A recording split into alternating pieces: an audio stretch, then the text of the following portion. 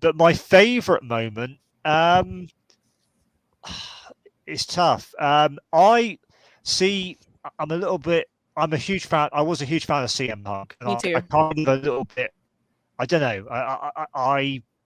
I think he handled the whole situation very wrong, and I understand. There's people out there that aren't fans of him for obvious reasons. But when he came out at Revolution for the match with MJF, and he had the old Ring of Honor AFI theme, right? And obviously Paul Fontaine was on Twitter saying, Paul's favorite week on Twitter.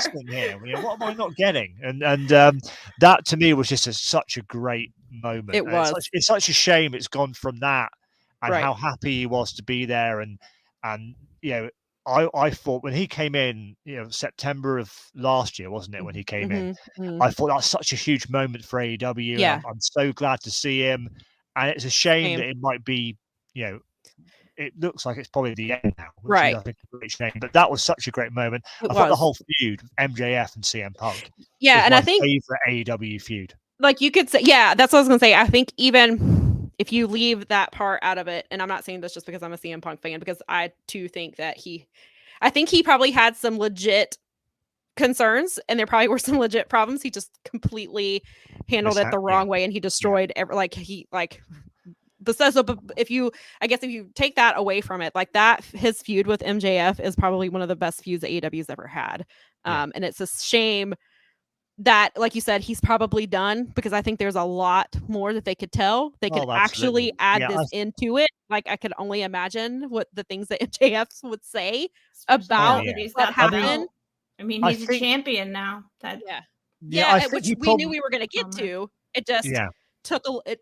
Well, and not just the CM Punk stuff, because MJF left for a little bit too.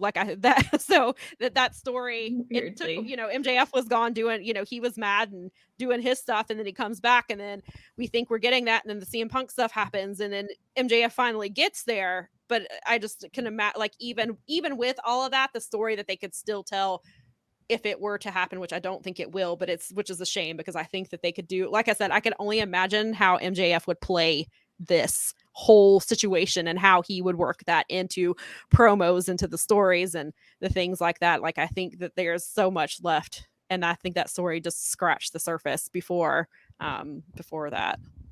Yeah, I think we probably would have got Punk and MJF maybe all out. I think that's what I think. And that's where I thought that was going as well. I think even when we talked about, if he hadn't got hurt the first time. If he hadn't been, because obviously he ended up having surgery.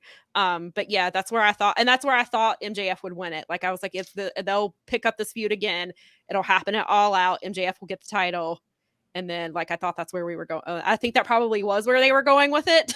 And then things happened, but I think that's kind of where that was set to go.